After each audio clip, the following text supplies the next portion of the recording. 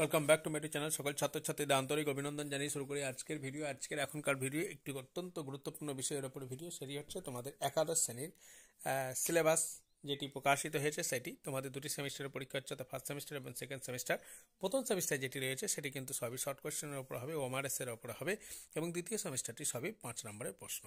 তোমাদের প্রথম সেমিস্টার যে বিষয়গুলি রয়েছে দেখো, গল্প, প্রবন্ধ, কবিতা, আন্তর্জাতিক এবং ভারতীয় কবিতা, ভাষা, ভাষা, শিল্প, সাহিত্য, সংস্কৃত, এগুলো সবই কিন্তু তোমাদের এমসিকিউ পার্টে হবে। এবং সেকেন্ড পার্টে গল্প, কবিতা, নাটক, পূর্ণাঙ্গ গল্প যেগুলো রয়েছে এগুলো সবই কিন্তু 5 নম্বরের প্রশ্ন আসবে। এখন আমরা কথা না বাড়ি সরাসরি চলে যাব পিডিএফ ফাইলে, যেখানে তোমাদের কি রয়েছে, যেখানে তোমাদের এগুলো রয়েছে, পড়াগুলো রয়েছে। তো আমরা এসে গেছি দেখো প্রথম সেমিস্টারের প্রথম যেটি রয়েছে গল্প, পুঁই মাছা বিভূতিভূষণ বন্দ্যোপাধ্যায়, প্রবন্ধ বিড়াল, এবং কবিতা ঈশ্বরচন্দ্র বিদ্যাসাগর, মাইকেল মধুসূদন দত্তের, এবং সাম্যবাদী কাজী নজরুল ইসলাম। তার সঙ্গে আন্তর্জাতিক কবিতা রয়েছে বিশাল ডানাওয়ালা এক থত্তুর বুড়ো, এটি গত বছরও তোমাদের ছিল, গাব্রিয়া গার্সেল মার্কেজের অনুবাদিত, এবং ভারতীয় কবিতা চরণ কবি ভারে ভারে রাও, অনুবাদক শঙ্খ ঘোষ। এবং ভাষা যেগুলো রয়েছে বিশেষ ভাষা পরিবার,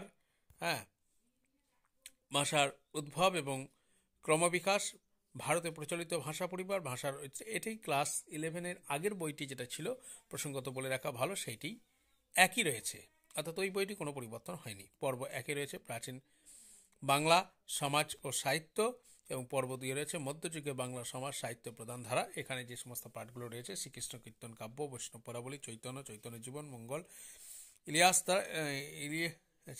ইসলামীয় ধারা এবং শাক্ত পদাবলী, এগুলো যা ছিল তাই এসেছে, ঠিক আছে, কোনো পরিবর্তন নেই।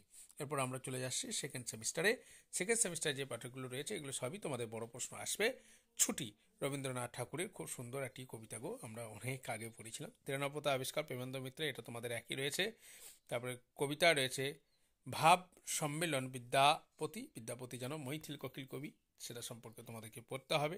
আর লালন শাহর ফকিরের গান, একটা লালন শাহ, এটা তোমাদের আগে ছিল বাড়ির কাছে আরসিনগর কবিতা, সেটা এখন এটা দিয়েছে আর কি, মানে বিষয়টা একই রয়েছে, একটু করে পাল্টি তোমাদেরকে দিয়েছে। আর একটি নাটক করে, আচ্ছা, নুন কবিতাটি রয়েছে জয় গোস্বামী, এটা আগেও ছিল।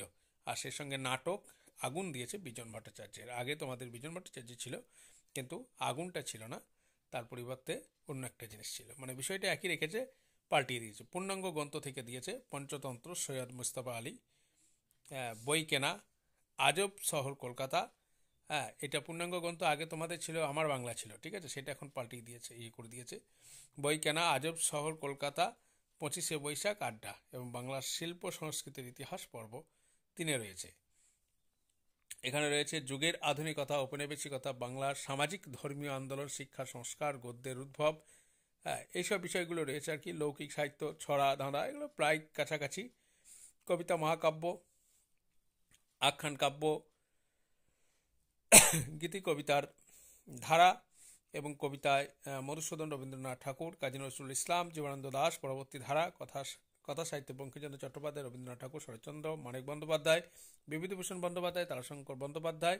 আর তোমাদের রচনা যেটা আগে সরাসরি রচনা দিয়ে দিতে হয়তো, বিশ্বস্নয়ন, কন্যাশ্রী অথবা মহামারী করোনা, ওইটি পরিবর্তে এখন আগে যেটা মানসচিত্র ছিল, যেমন সেই মানসচিত্রটা তোমাদের দেবে, ক্লাস 12-এ যেমন থাকে আর কি, সেই মানসচিত্র দিয়ে তোমাদের সেখান থেকে সেই হিন্টসগুলো যেগুলো ব্যবহার আছে সেরকমগুলো দিয়ে তোমাদেরকে লিখতে হবে। এই ছিল তোমাদের মোটামুটি সিলেবাসটা। ভিডিও ভালো লাগলে অবশ্যই লাইক, কমেন্ট, শেয়ার করতে ভুলবে না। শেষ পর্যন্ত দেখার জন্য ধন্যবাদ। দেখা হচ্ছে পরে।